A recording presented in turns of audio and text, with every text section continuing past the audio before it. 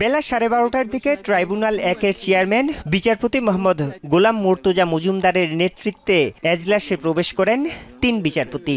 জনাকীর্ণ ট্রাইব্যুনালে তখন পিনপতন নীরবতা। বিচার সংশ্লিষ্ট সবাইকে ধন্যবাদ জানিয়ে রায় পড়া শুরু করেন ট্রাইব্যুনালের চেয়ারম্যান।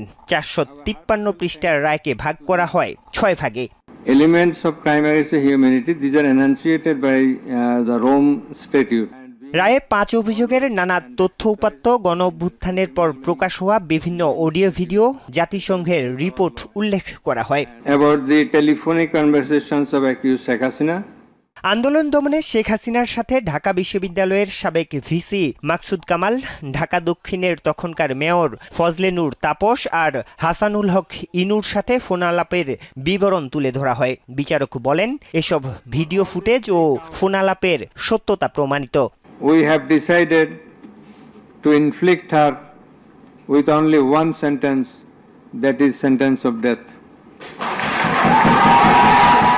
টানা 2.5 ঘন্টা ধরে পড়ার রায় শেষ হয় শেখ হাসিনার মৃত্যুদণ্ডাদেশ দেওয়ার মধ্য দিয়ে। রায় ঘোষণার সময় এজলাস কক্ষেই উল্লাস প্রকাশ করেন উপস্থিত শহীদ পরিবারের সদস্য, আহত এবং জুলাই আন্দোলনকারীরা। With the material evidences to the tribunal to arrive at the correct decision. Helicopter ও মারণাস্ত্র ব্যবহার করে হত্যার নির্দেশ, চানখারপুলে 6 জনকে হত্যা এবং আশুলিয়ায় 6 জনকে পুড়িয়ে মারার ঘটনায় শেখ হাসিনার নির্দেশ প্রমাণিত হওয়ায় তাকে ফাঁসির দণ্ডাদেশ দেয়া হয়। এছাড়া গণভবনে রাজাকার বলে উস্কানি, ঢাবি ভিসির সাথে ফোনালাপ এবং এর ফলশ্রুতিতে রংপুরে আবু সাইদকে গুলি করে হত্যা। মাস্টারমাইন্ড হিসেবে আমৃত্যু কারাদণ্ড দেয়া হয় শেখ হাসিনাকে। আসামি শেখ হাসিনাকে 1400-র মতো ছাত্র জনতাকে হত্যা এবং 25,000-এর বেশি ছাত্র জনতাকে আহত করার দায়ে, মোর স্পেসিফিক্যালি আশুলিয়াতে 6 জনকে হত্যা করে পুড়িয়ে দেয়া, চানখারপুলে 6 জনকে হত্যা করার মাধ্যমে যে অপরাধ করেছেন সেটার দায়ে তাকে দোষী সাব্যস্ত করে মৃত্যুদণ্ড প্রদান করেছেন। রায়ে শেখ হাসিনার নির্দেশ বাস্তবায়নে সাবেক স্বরাষ্ট্রমন্ত্রী আসাদুজ্জামান খান কামালের ভূমিকা এবং বিবরণ তুলে ধরেন ট্রাইব্যুনালের চেয়ারম্যান। তার বিরুদ্ধে আনা গণহত্যার অভিযোগ প্রমাণ হওয়ায় দেয়া হয় মৃত্যুদণ্ডের আদেশ। এদেশের মানুষের প্রতি, গণতন্ত্রের প্রতি, সংবিধানের প্রতি, আইনের শাসনের প্রতি এবং আগামী প্রজন্মের প্রতি দায়বদ্ধতা পরিশোধের স্বার্থে এ রায় একটি যুগান্তকারী রায়। এই রায় প্রশান্তি আনবে। এ রায় ভবিষ্যতের জন্য একটি বার্তা। এ রায় বাংলাদেশে ন্যায় বিচার এবং আইনের শাসনের জন্য একটি মাইল ফলক হয়ে থাকবে। জুলাই আন্দোলন দমনে মাঠ পর্যায়ে শেখ হাসিনার নির্দেশনা বাস্তবায়ন করেছেন সাবেক আইজিপি চৌধুরী আবদুল্লাহ আল মামুন। তিনি এ মামলার একমাত্র গ্রেফতারকৃত আসামি, পরে হয়েছেন রাজসাক্ষী। মামলার গুরুত্বপূর্ণ তথ্য প্রদান করায় তার সাজা কমিয়ে দেয়া হয়েছে 5 বছরের জেল।